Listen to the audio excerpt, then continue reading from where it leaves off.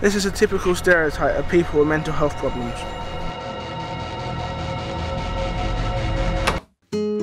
Whereas people with a mental illness are more likely to be a victim of violence. This film is going to explore the stigma surrounding mental health and how it is portrayed in the media.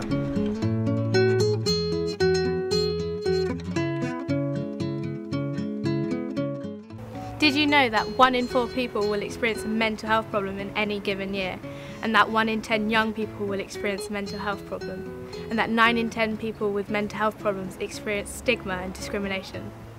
Sarah Ryan is Deputy Youth MP to Camden and focused on mental health in her election campaign. I became aware that mental health was a problem for young people, kind of through the media, and also just people around me. Like, a couple of my friends suffer from mental disorders such as like anxiety. I think that it's important to overcome the stigma surrounding mental health, because now if a young person or even an adult is suffering from some form of mental disorder, they feel like they can't talk to their friends or family about it, which might lead them to not getting the help that they need. Savannah and Jessica attended a Time to Change event on young people with mental health in the media. We asked them their views on this. People with mental health problems are portrayed to be quite temperamental, you know, like if you go near them they'll attack you, that they're crazy, when that's really not the case. Having a mental health problem in this sort of day and age, especially with all the stigma and discrimination, would probably make you more afraid to be noticed rather than do something that would get you noticed. In the media as well, they likes of EastEnders, Emmerdale, they're Hollyoaks, they're trying to portray, they research it really well, they go and meet people who have those issues. I sort of feel like in soaps they always show the, let's say, the worst case rather than, you know, the normal sides of it. What mental health problems have you faced, and what help have you been getting in dealing with it? I've previously suffered with depression and anxiety. When I was 17 I was bullied quite a lot at school, and it led on to me having quite a severe case of depression. I didn't want to leave my house. I got incredibly scared at the thought of having to go to school. I isolated myself, I stopped eating, I stopped talking to everyone basically. I felt very alone and enclosed, and it led on to me to attempt suicide twice. It was a lot harder for me because being from an ethnic background, my parents had little to no understanding of mental health, and recognising it as an actual, you know, health problem and not something that you can just take on the chin and just, you know, get on with it. I actually went to my GP, and I was completely disregarded as, you know, like growing pains.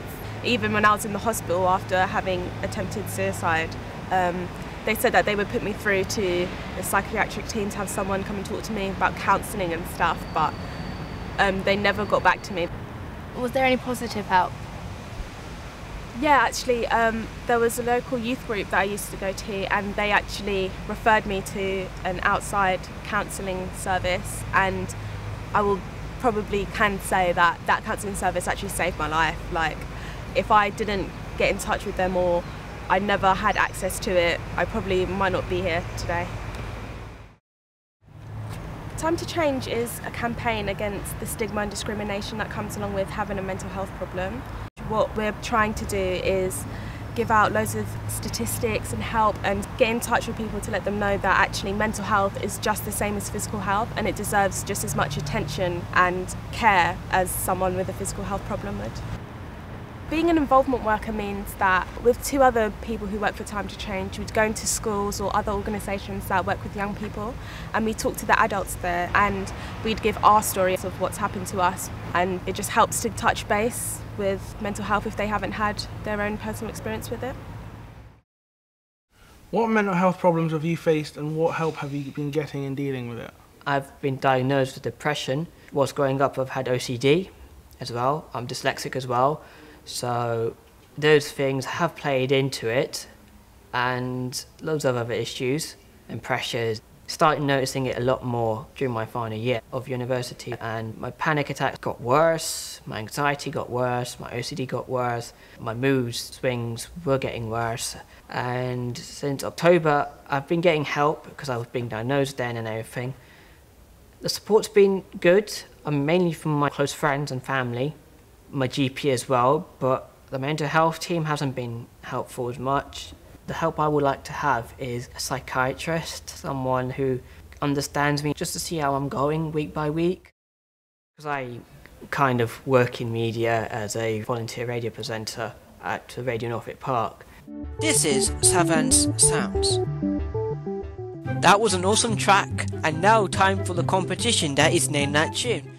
I did a blog for Time to Change, and it was all about my experience of mental health, but also about the stigma of my culture, keeping it quiet and everything.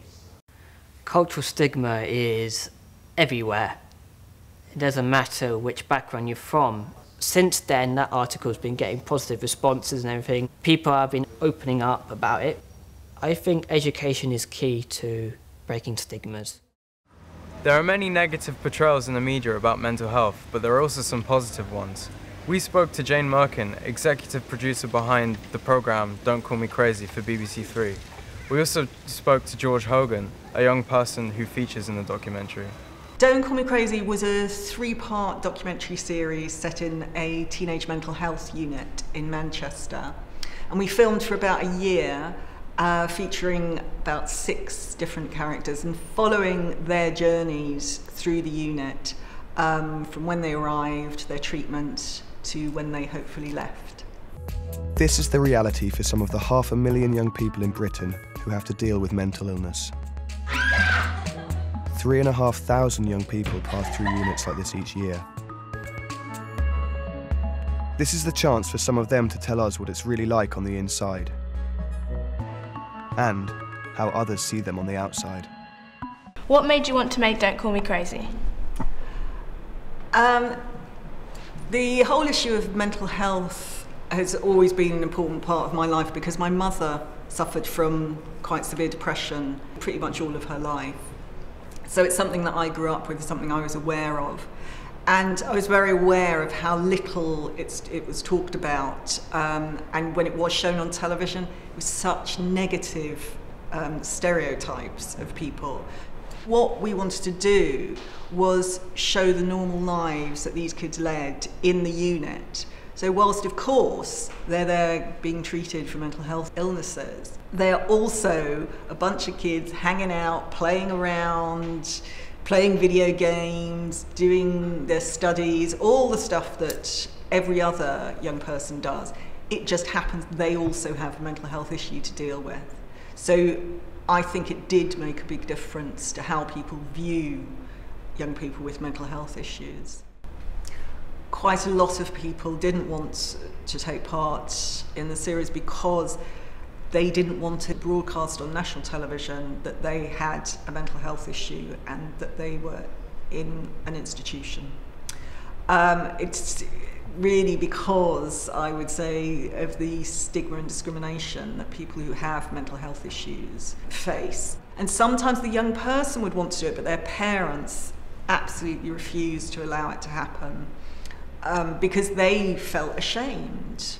Most of the people in there were happy that a series was being made, but I think they just didn't want to put themselves out there because they were frightened of what the impact might be on their lives. What made you decide to be a part of Don't Call Me Crazy? I think the fact that I spent a lot of time on my own dealing with my illness and not knowing what I was going through, that sort of motivated me to try and help others. 4 days ago, a new boy arrived on the unit. Since I started with my depression, I have had a couple of suicide attempts, which is the worst way to deal with it. And I just didn't see any other way of coping with it. 16-year-old George is a very talented rugby player, and he won a prestigious scholarship to a top boarding school in Cumbria. I'm there wearing someone else's shirt. There's me.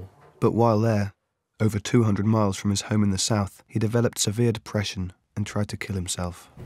What was your initial reaction to the documentary? Whilst I was watching it, I was pretty shocked to see where I was not so long ago. At that time, I thought it was the end of the world, and I thought there was no other way out, really. And then once I'd gone into hospital and had my treatment, they taught me that, you know, there is other options, you know, life hasn't ended, you can get better. Since the documentary was aired, how did it change your life? The way I was treated was initially quite different, but then people grew to terms with that actually I'm still the same person, probably just a bit stronger. Do you think making Don't Call Me Crazy helped other young people with mental health problems speak out? I do think that Don't Call Me Crazy really helped people who saw it to recognise things in themselves or in other people. I mean, as the programmes were going out, I followed it on Twitter, and the number of young people who were saying, oh, I feel that as well, or that's how I behave, or my friend behaves, or whatever it is. I'm not alone, it's not just me, there are other people, and I can see there are ways that you can get better, that you can improve, and that there is help there. So, while I'm not saying that a television series has, you know, changed the world, I do think that it's helped a number of people to seek help, which is really what people need to do, and not feel frightened of doing it. I think it helped a lot of people, really. Just from the feedback I received, you know, through emails and Facebook and Twitter, I think they got it spot on. We found the media to be a powerful force in challenging stigma and changing people's views. Personally, during the making of this documentary, my views have changed on mental health problems. During my interview with George, I asked him if he had any final message that he would like to share with the public. There's nothing to be ashamed of. If you have a mental health issue, or if you know someone with a mental health issue, and I think all you should do is talk and try to help. Hopefully that will help them get better. Thank you.